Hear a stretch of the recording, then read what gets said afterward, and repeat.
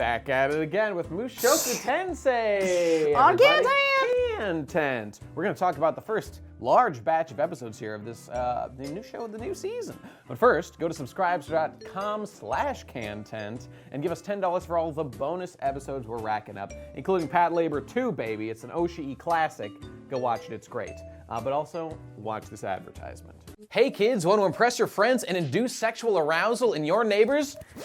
KHANTEHNT t-shirts! Wow, I've never been more impressed in my life with anything! KHANTEHNT now has official t-shirt merchandise, and you can get yourself some by clicking below the video or in the Teespring link in the description. With designs like the classic KHANTEHNT logo. Or this! I've got a shirt on too. Or this. KHANTEHNT! In these trying times, why not tell the world you'd rather be watching Eurocant from inside your cozy can tent? They're a great way to support the show and share your can tent pride. So get out there, wear them, and get into can tent. Can tent! もっといろいろ話しておきたかった。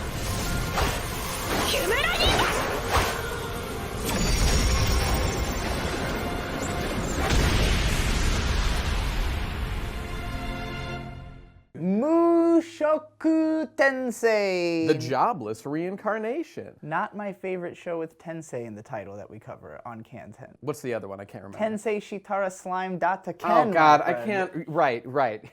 Does Tensei mean reincarnation, or does it mean that? I don't know probably. which word it is. Okay, cool. So this show stands out as having, well, I haven't all watched much of the other kind of fancy stuff, but some of the best production of the season. It looks incredible by this one studio that's only made this. I can't remember their name, but they're like brand new.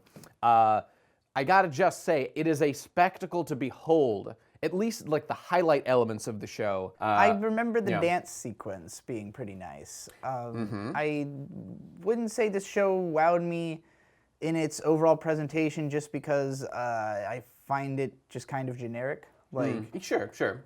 which is really my biggest problem with this whole story in general. And like, I know people have told me it's one of the earlier Isekai reincarnation stories. And like, this is kind of the meta of Isekai right now is like, died and then reborn into some child in another world and like living their whole life but with your brain still inside of them. Sometimes it's like a shared head situation. I don't think that's the case here. He just took over this, he just was born into this baby. He makes a dichotomy at one point, which only one time did I find it like incongruous, where he was like, I'm reading this book.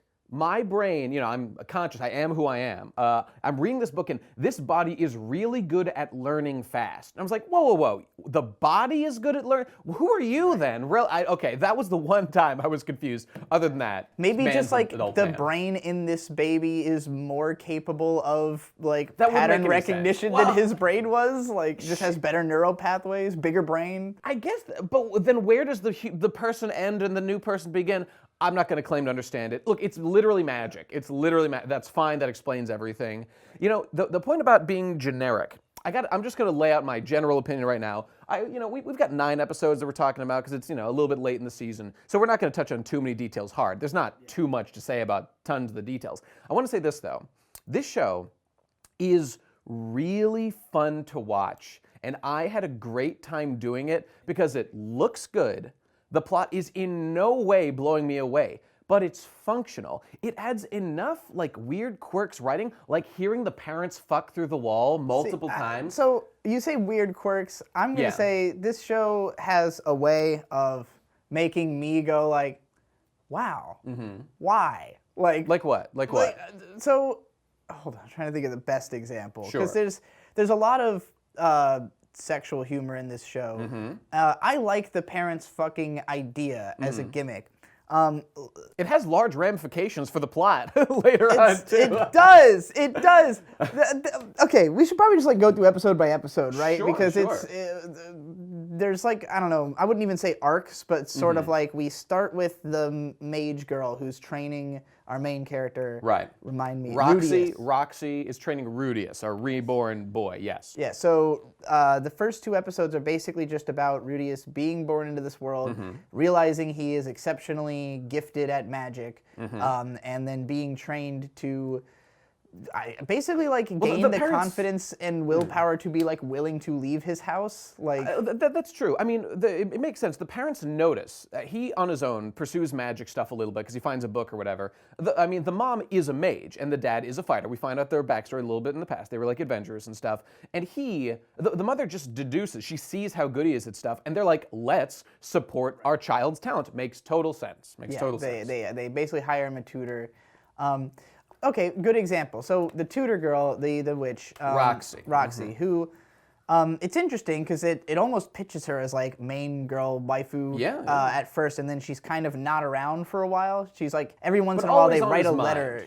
mind. He'll pen pal with her and stuff. We're establishing like 3 different main girls here. For whatever reason, every time we cut to Roxy, there's just some dude who like lives there who just gropes her. The prince who she's tutoring at this new castle place. Yeah, He's just groping her all the time, and that's just the joke. It's just like, and then she sets him on fire. Yep. And it's really strange and out of nowhere because it's just like every time we cut to her, all of a sudden some dude is like just like molesting her. Well, that's like saying, I get what you're saying, but that's like saying that rape in rants is out of nowhere. Yes, it's out of, it doesn't, like he doesn't lead up, he's just like, I'm gonna rape you now, because that's what this game is about. But the thing is, I love rants. Rants is one of my favorite game series because that's what you're playing for. It's all about having your expectations met. This show, let's just get it out there, is incredibly degenerate and perverted on a massive scale. Well, there's a scene, so I think I understood it, the show kind of,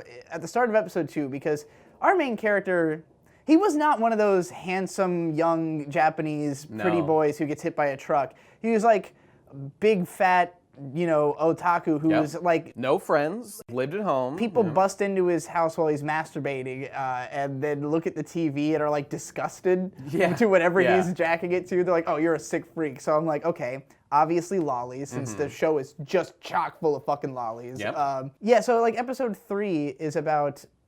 He finds what he thinks is a little boy named Sylph. They hang out all day. Then he tries to force Sylph into the bath and realizes it's actually a girl named like Sylphiette. Sylphiette, yeah, great. That would have been nice to just know ahead of time. Yeah. That was the whole episode. That's all that really happened in episode 3. Well, the two become friends. He saves her. I mean, see, this is the thing. Yes, it ends like that specific scenario. Like he does a perverted. He does worse things later on. But he's trying to pull off her pants to like get her in the bath with him because he's like, we're both boys. I'm showing you my dick, bro. Don't make it weird. Show me your dick. Right. So in that way, that was an innocent thing. That wasn't that bad. That part of it isn't the weird. The degeneracy is in the fact that when he first finds this kid, his first thought is like, this is an adorable Shota boy. Like, and he keeps saying like, I'm not even gay, but like, I would fuck this Shota. I mean, look at him. Just look at him. Something like that, yeah. And then he finds out it's a girl, and he's like, oh, okay, well, now I can fuck them. But like, there is a funny moment where he like comes to apologize, and it's like, I'm sorry, I thought you were a boy, and it just makes her cry even more. Yeah, that's right. He didn't do it elegantly. Yeah. Well, is your point that you are off-put by these things? Because I don't blame anybody for being off-put by them. I guess it's a strange feeling, and this show makes me understand like people who don't like anime for stuff like this. Yeah. And it's specifically just the fact that it's like, I agree that it is like the point. I've said anime is about the fetish, focus in on the fetishistic aspects. It's just that it like, it so doesn't follow from the setting or anything. It's just like, here's a story and then there's like this really degenerate sexual angle to it. There's a part where he meets the other lolly and like... Eris, the redhead, her? Yeah, after they've been together for a couple episodes, they like try to have... Or he tries to have sex with her. Like, he's got her on the bed. To be fair, she literally says, I'm here, do what you want with me. Yeah, she's like, do what you want, and he's like going for it. And then she's like, no, actually, fuck that, and she leaves the room, right? But then she comes back and she's like, okay, I forgive, like, I understand, I was putting out signals, and then she says like, just wait 5 years. Yeah. And then he's like, yes, score. Now I can just groom her. Like, that's literally what he says, if I remember correctly, is like, now I get to groom her until... He says it about one of the girls, that he's going to groom he her. does, right, he says that about the green-haired elf girl, Sylph. He says, like, I will shape her into my perfect woman. He does say that line. Look, okay, we have to get... The translated I had said groom, just in the Of course subtitle. he did. Thank you for adding your editorial translators. Look, you know, you get to decide how you feel about this, but I'll tell you how I feel about it. This is an anime world where if it was a real person doing these things and I felt obliged to judge them as a human being, like there are, of course, criticisms to make, like that's fucked up to a certain degree. But look, there are extenuating circumstances. He is a human adult man put into a boy's body. What's he supposed to do? Is he supposed to like fuck MILFs all day? It is literally not a reality situation where you can apply normal moral standards. Does his body even feel sexual arousal yet? Probably not. No, but we don't know. It's that okay. How do you want to judge it? Look, this is the thing. If you're coming to anime in general, and specifically the show, this is a degenerate show. If you don't like degenerate stuff, it's not for you. If you're coming to this to look for like moral guidance, you are doing the fucking thing wrong. It's just like playing rants. Do you play rants for moral guidance? No. You play rants to have any justification to get to the sex scene as fast as possible. And fun gameplay too. It's just like that. But in this case, I understand there's a little bit of a clash because the other side is kind of like an endearing, like guy trying hard and working wholesome. I will make the best of my life in this new world. It would be a wholesome and comfy show if not for the degeneracy, which even then, like I think about Konosuba, and that show was also degenerate and wholesome and comfy in a lot of the same ways, but it was just funnier. Like, it just was so, like, that This isn't a particularly comedy show most of the time. I just don't feel like the show is ever really trying to make a joke. Like, funny things happen, funny scenarios happen, but it's not like set up punchline. It's just the like Seinfeld of anime. No, yeah, it is. Nothing happens. It does feel a little bit like nothing is happening so far, and I know that the story is supposed to have some major turning point where it starts being a story. After like 9 episodes. We're like at the onset of it. It seems like he went to a village to meet Roxy's parents were in a village. He didn't go there on purpose, but he ended up there. Well, he ended up there, and I think he's going on a mission for them now, right, or something like that. No, he's just trying to get home. He got magically transported to the demon continent and is just trying to get home with Eris and their new friend. Look, you can view a subject however you want.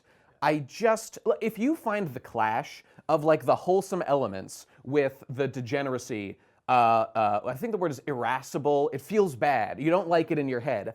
That's totally understandable. I have no problem with it.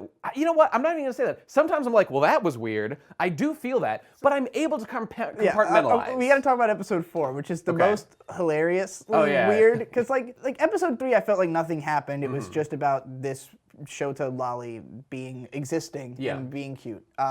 Episode 4 is about Rude-to-the-Eus' mom is pregnant with another baby, and also so is the maid. And the dad's like, yeah, like, I don't know what to say. Right. So they just decide, they're like, well, I guess you're in the family now. Like, there is, Rude-to-the-Eus guides it. Look, the family was about to fall apart, and they were going to kick the maid out because obviously this is bad. This is not going to be good for family cohesion in some ways. And even later on, when they decide to like keep the kid or whatever, like the child of the maid is like wearing maid clothes. Yeah, like, she seems to be. What is the family dynamic here? Yeah. Now that they've got like 2 daughters by 2 different mothers, one's the real one, one's the bastard child, I guess. Who has to do maid work? It's Jon Snow to the nth degree, and that's a great example. Because when I saw that, I was like, what the fuck? What a fucking asshole the dad is. How could they write in a bastard plot into this like wholesome family show? But then I was like, wait a minute. This show is fucked up and weird, and do I approve of the dad's choices here? No. Although the maid seduced him, and we get an inner monologue where she's like, I literally made this happen because I was so horny hearing them fuck through the wall every night. Literally.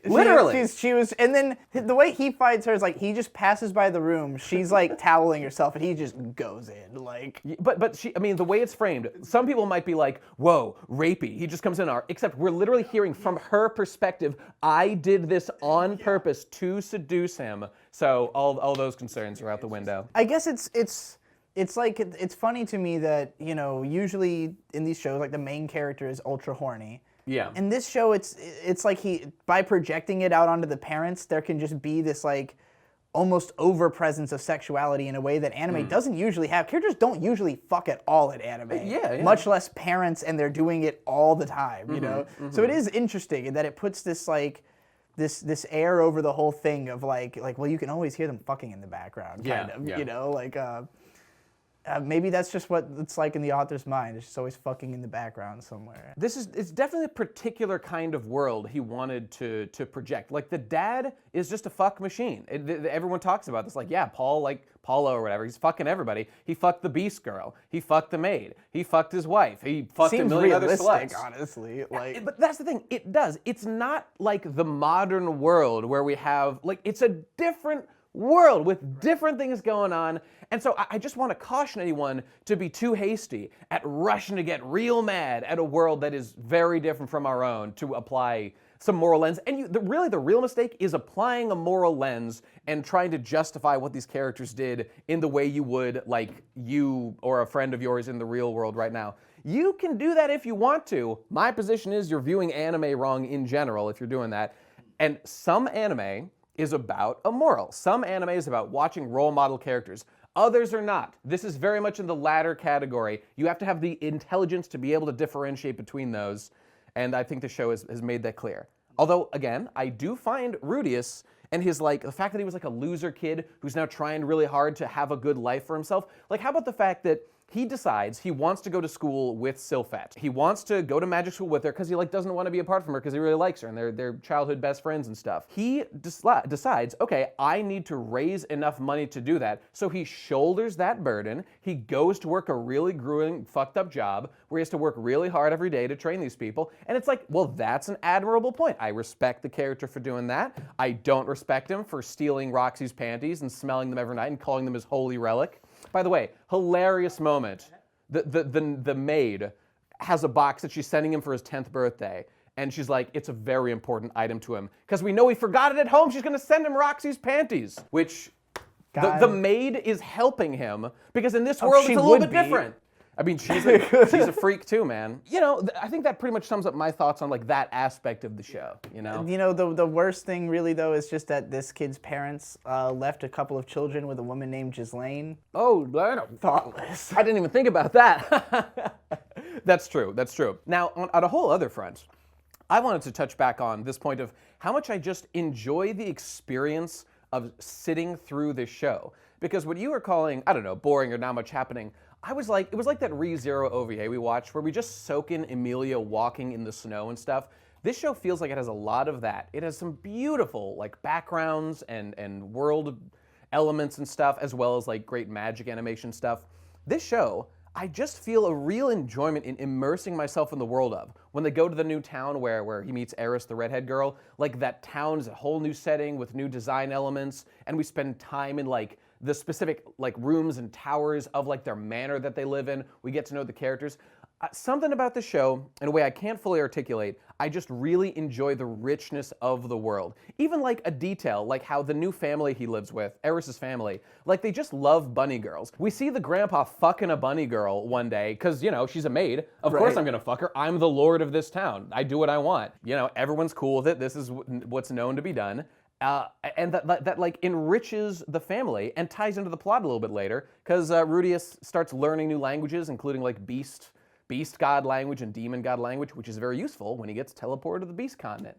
So all these little elements make this world feel really rich. There's a floating armored fortress by one of the old people who defeated the demon lord 400 years ago. And he's like, I want to go there. I'm thinking to myself, this feels like a Final Fantasy, and I want to go there too. That sounds really cool. So, I don't know, those elements are really doing something really good for me in a rich and well-realized way that a lot of shows just don't manage to do. Well, that's good. I didn't feel those ways. I see, okay. I was just I guess for me, it's really hard for me to get to that level of looking at all the world building and stuff if I haven't really gotten past the characters, I just found myself constantly stumped by this show. Just things would happen and I'd be like, well, that's weird, or that's like okay, like why, you know, or like again with Sylph, like this kid is introduced, their personality is like the most generically like okay, it's soft like Shota archetype, except it's actually a little girl. It's just soft lolly archetype. Yeah. And like I guess it's just that like most of the episode, maybe it's just that like so much of the show is from Rude-to-the-Eus' perspective that like other characters don't feel like they have any nuance to them. I you agree. know, like they, particularly when fucking the tsundere brat shows up and her personality is that she beats the fuck out of him every. You very much feel this show entirely through the lens of what has become like a jaded 40-year-old man. That's definitely true, and it does make other characters feel, I don't know, like archetypes, which they are a lot of the time. And his passion for Roxy, for example, like why does he like Roxy so much? I don't know. She looks nice. She was like the first girl he met in this world that was, you know, eligible. She's cute. She taught him magic. You know, that's a bond. That one makes sense. But basically, it makes sense, but it's fairly shallow. It's not like these are kind of like childish reasons to be attached to someone. But he's just like, I guess I am a child, so I'll just commit to that and go all in. I think that there is to some degree with these reincarnation stories, because like. Obviously, with Isekai, it's like the main appeal is I'm a weak person, normal. I'm just a person who walks around and watches anime, and I can't do anything in this world. But in this other world, I'm super powerful, and like I get to have all the women, all the glory, and all that, right? Like, but if you're starting life over like literally reincarnated, it's like the next level of that because like you don't even have to be attached to your appearance or any of that kind of stuff. It's like you're just a whole new person with all the opportunities, you know, and like. Inherently, it leads to this type of writing where everything that's in the story kind of exists to service the protagonist. All of these cute girls are just here so that there are cute girls to be around him of like whatever archetype, but like their personality, the story doesn't develop out of the personalities of the characters. It just like is there, and the characters are there in it. You know, I think for me, this show is kind of buoyed by this undercurrent of like the main character working hard and succeeding in life in a positive, like nice way that is, you know, juxtaposed against his former life. That one element does a lot of work for me in keeping me engaged. Like when he works with Eris, the redhead, her whole thing is that she's a horrible brat. But like by being like a smart, reasonable teacher and trying to, you know, make her value education and get her to be respectful and sit down and actually do her work and stuff, like he's able to teach her that in a smart way, and he gets satisfaction out of it. That element of getting real satisfaction for like hard work is highly prevalent, and I get that, again, that really helps me care about everything else that's happening. It's one of the better things that these RPG shows can do to represent what is good about RPGs, is that feeling of growth. I guess what I was trying to get to with the him, you know, being a child again and having all these people around him is like that deep feeling of security, of like he's with like the coolest parents possible.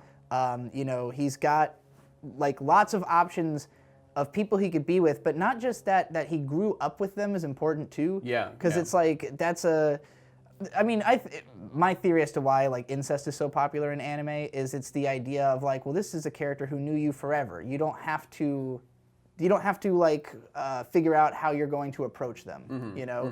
Like, so this kid, like he's never going to have to go find girls to flirt with. He grew up with a cute girl. He's got a bunch. With several of them, like, Yeah, you know, they're there. around. So it's just like, those are also the advantages the story is focusing on. It's the idea of like, what if you got to start off from the best conditions for someone like you to start off in, and then, you know, let's see where it goes from there. And I expect the story to, you know, get darker, to have like It looks like some it's kind going of that way. war or fighting plot or something. Something's probably going to happen to make it more than just nothing going on all the There's time. obviously there's the undercurrent of the old war with the demon lord, and there's those green-haired, red gem like elf people who are like discriminated against because they worked with like the old demon lord or something like that. They were kind of used, but they've got a bad reputation. And we meet one in episode 9, the last episode we saw here. That's obviously been something they've been kind of building toward. So like I think reflecting on like the old Demon Lord and the legacy of that, and fighting some new agents that might still exist. There's like this weird interdimensional like rifts that appear. I mean, the fact that our characters got teleported like a continent away by some unknown mysterious substance that might be related to Rude-to-the-Eus being reincarnated here, like that seems like, oh, now we're in the real plot. But see, I don't even care about the real plot. I like the normal plot personally. But you know, if it's good and they do something interesting with it, I'll appreciate it for what it is. I mean, I don't know. I'm just enjoying the ride. I don't know if there's just 3 episodes left. I assume there is. I'll be interested to see. It looked like when I was on Wikipedia, they were listing Blu-rays that account for episodes up through 24. Oh, okay, so I think maybe it's actually longer than first thought. It doesn't feel like we're going to get to a conclusion in the next 3 episodes. So. I mean, I think I pretty much said what I have to say, and I don't know. I don't want to come across like I'm being an asshole who like disregards people if they like don't like the show. I've spent a lifetime getting used to massive degeneracy far beyond what this show does. So I am damaged in that way, and I am able to cope in that way. If you're not, you're perhaps a healthier person than I, and I don't begrudge you. And, you know, in a way, I am a big fan of gatekeeping. I in no way object to things that weed out the non-hackers. This show has a high bar that you need to be able to endure this. I think it's pretty easy to say, it's a show. Endure. I don't care. You need to be able to endure watching him like try to pull the panties off like a 12-year-old girl because he thinks it would be an epic prank, bro. For that sweet nectar of world building. Of world building.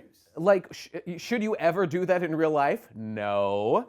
Does it reflect poorly on our main character that he did that? Yes. But I'm not looking for moral guidance from this character. I'm looking for the very specific elements. And because he's not real, you don't need to judge the sum of the man. Is this a man worth paying attention to? He's not real. It doesn't matter. We can pick and choose what we want.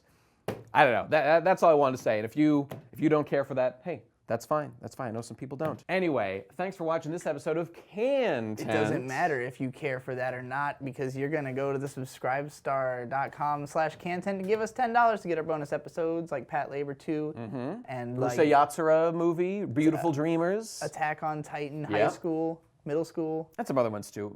Vampire Wars. Wars. Vampire Wars. We talked about that too. We got a Twitter, we got a Discord. Join those, follow those for updates and whatnot. Clips we post, like Michelle bashing herself on the head with a bottle. I've been meaning to make that a clip. And that's it. Send also KHANTEHNT clips for the end of the episode that might go right here.